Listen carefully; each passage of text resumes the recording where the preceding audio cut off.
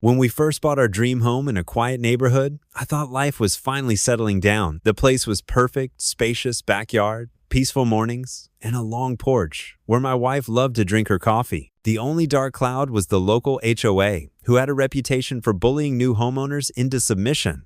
I had heard about their antics from neighbors, but I never expected they'd target us so aggressively. From the very first week, my wife and I noticed strange letters shoved under our door. They weren't mailed, they were handwritten, almost threatening notes demanding that we register with the HOA immediately. The problem was, when we bought the property, our realtor told us very clearly, this home wasn't part of the HOA's jurisdiction. Their boundary line ended a block away, but that didn't stop them from insisting we were new members who owed them fees, fines, and had to submit to their ridiculous rules. My wife, who has always been polite but firm, decided to confront them. She walked into one of their meetings at the community clubhouse and said calmly, "We're not in your HOA, so please stop harassing us." You would have thought she declared war. The smug HOA president, a woman everyone referred to as Karen for obvious reasons, leaned forward and snapped, "Everyone in this community must obey our rules. That includes you." My wife stood her ground and repeated, "I am not in your HOA."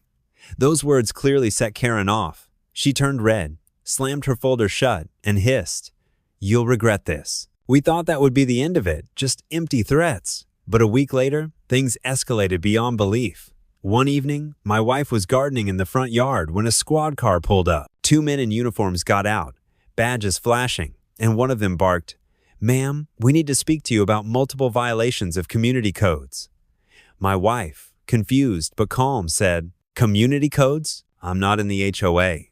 That's when the so-called officer smirked and replied, "Everyone is in the HOA. You're in violation. Come with us or face legal consequences." Luckily, I was inside and overheard.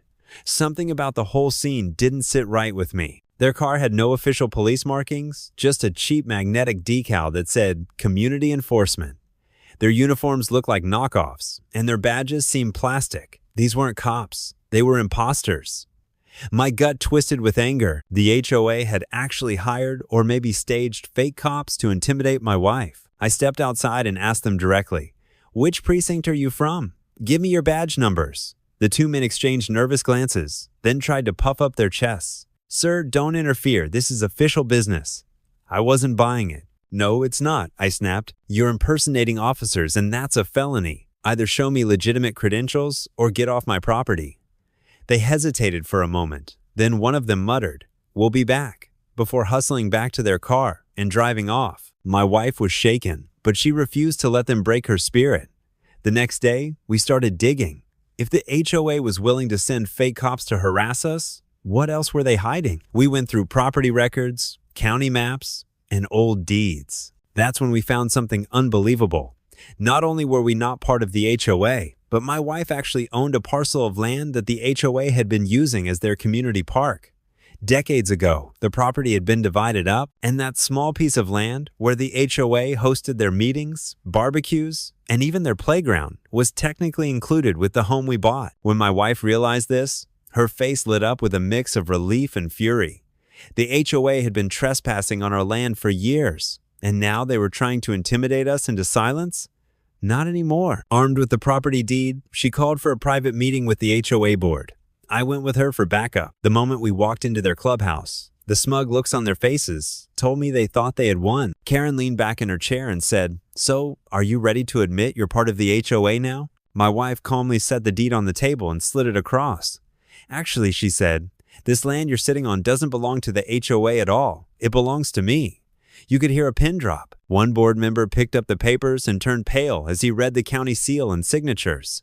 Karen tried to laugh it off, saying, "That's ridiculous. We've been using this land for years." My wife leaned in, her voice sharp. "Yes, you've been trespassing for years. And yesterday, you sent fake cops to my house to threaten me. Do you know what kind of legal trouble you're in?" The room erupted in murmurs. Some board members started blaming Karen. Others looked like they wanted to crawl under the table. Karen, desperate to maintain control, tried to bluff. "You wouldn't dare take us to court." But my wife just smiled. "Actually, I've already filed a report with the real police about your impersonators. And unless you want to lose everything, you'll vacate my property immediately." The color drained from Karen's face. She had gone from smug queen of the HOA to a cornered criminal in seconds. Over the next week, the HOA scrambled to relocate their meetings, take down their equipment, and move their playground off our land. Neighbors whispered about the humiliation of it all, how their once powerful HOA had been outsmarted by the very woman they tried to bully. But my wife wasn't done. She decided to send a message they'd never forget. She put up a huge sign on the edge of the property that read, "Private property, owned by my wife's name, not OA land." Everyone who drove past could see it. Karen tried to rally her supporters, but the more people learned about the fake cops and the trespassing, the more they turned against her. Before long, she resigned as HOA president, and the board dissolved under the weight of lawsuits and shame. Life after that was blissfully quiet. No more threatening letters, no more fake cops, no more HOA drama. Our neighbors still waved hello, but now they did so with a new kind of respect. My wife had not only defended our home, she had exposed the corruption at the heart of the HOA and reclaimed what was rightfully hers. Looking back, it still amazes me how far the HOA was willing to go to bully us. But in the end, they learned the hard way. When you mess with the wrong family, karma has a way of striking back hard. And the best part? Every time my wife walks past that park-turned-private land, she smiles. Because what started as a battle against harassment ended with her standing stronger than ever, reminding everyone that truth and courage can topple even the most entitled HOA bullies.